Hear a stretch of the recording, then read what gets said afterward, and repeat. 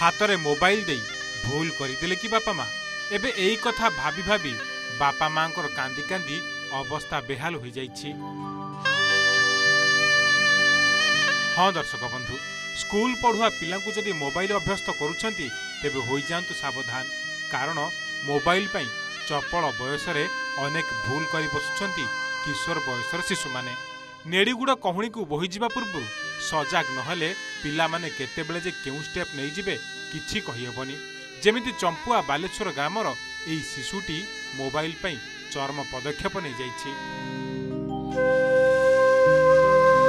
हाँ दर्शक बंधु, साधारण मोबाइल टे किणिदेलेनि बोली बेकरे गामुछा लगाई झुली पड़ी नाबालकटी। चंपुआ ब्लॉक बालेश्वर ग्रामर फकीर महांतों पुओ बारिया थाना अंतर्गत गुलदीपसी गाँव में मामू घरे रही गुलदीपसी ITI रे पाठ पढ़ुथिले। नुआ मोबाइल पाई से घरे कहिथिले, तेबे घर लोक गरीब थिबारु मोबाइल देबार असमर्थ होइतिले। जेउ कारणरू मामू घर पछपटे थिबा एक आंब गछरे गामुछा को बेकरे गुड़ाई जीवन हारिछंती बालकटी। घर लोके तांकु झुलंता अवस्था उद्धार करी भंडा स्वास्थ्य केन्द्र को नैथिले। सेठारे डाक्तर तांकु मृत घोषणा करिछंती। खबर पाई बारिया पुलिस डाक्तरखाना रे पहुंची मृतदेह जबत करी तदंत करने सह मृतदेह व्यवच्छेद पाई चंपुआ डाक्तरखाना पठाइछि।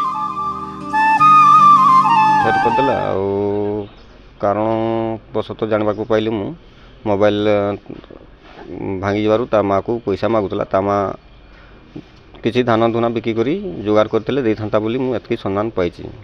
सेमती घटना तो सार मो पाखु फोन आसला 10:30 11टा पाखापाखि जमती फोन आसला मु दुकान सांगे सांगे सेमती नहीं दुकान खुला था मु धाई गली ता पाखु। तापर जाई सांगे सांगे देखला बेलू घरे तेल मालिश करुले एमती जाकाजुगी टे करुले।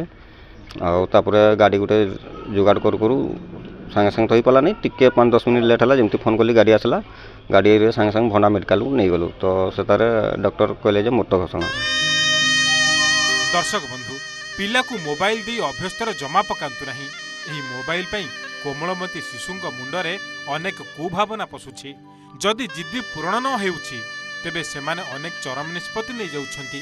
जदि एभली आचरण के करूछि तेबे सेमानकु काउंसलिंग करबा दरकार। पिलामानक मन कथा बुझी सेमानकु बुझाइबाकु चेष्टा करंतु, तेबे जाई एभली घटना को मात देई हबो। केन्दुझर चंपुआरु संजीव मुंडांग रिपोर्ट, ओडिशा रिपोर्टर।